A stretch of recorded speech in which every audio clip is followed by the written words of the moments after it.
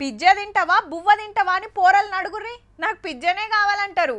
సమోసా ఇడ్లీ 2 ప్లేట్లలో పెడితే సమోసా దిక్కే చూస్తారు. పానీపూరి ఇంట్లో చేసిన పూరి ఏది కావాలంటే మాకు పానీపూరినే కావాలంటారు.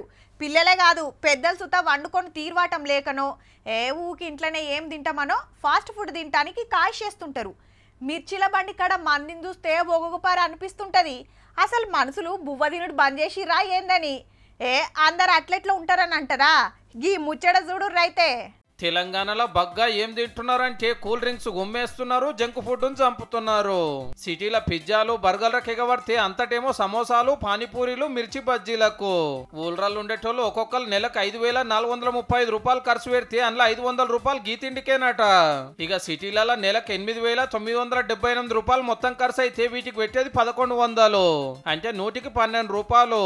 ఈ లెక్కలని మాకే మెరక గాని దేశంలో ఎవరు ఎంత కమాయిస్తున్నారు, ఎంత ఖర్చు పెడుతున్నారు, దేనికి ఎంత పెడుతున్నారని సర్వే చేసి చెప్పారు సెంటర్ వాళ్ళు. బియ్యం పప్పులకు సిటీలలో 100 రూపాయలు, ఊళ్ళలో 93 రూపాయలే ఖర్చు పెడుతున్నారు. అంటే తిండి కంటే బయట తిండికే బగ్గ మర్రీరు అన్నట్టు. ఇక జంక్ ఫుడ్ తర్వాత సిటీలలో ఉండేటోళ్ళు ఎక్కువ ఖర్చు పెట్టేది ఇంటి కిరాయిలకే. ఒకళ్ళకి 900 పడుతుంది. అటెంక ప్రయాణాలకు చదువులకు. ఊళ్ళలో కిరాయిల తిప్పలు తక్కువే కాబట్టి ఆడ ప్రయాణాలకు బగ్గ ఖర్చు పెడుతున్నారు. మరి అసలు వాటి ముచ్చటేంది అంటారా?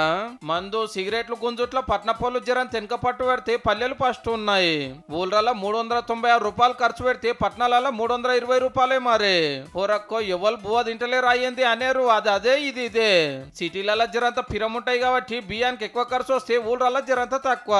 కూరగాయలు పాలు పెరుగు కూడా అంతే. ఇక తుంకల కోసం పట్నాలలో ఒక్కొక్కరు 400 ఖర్చు పెడితే ఊళ్ళలో 360 రూపాయలు ఖర్చు అవుతున్నాయి.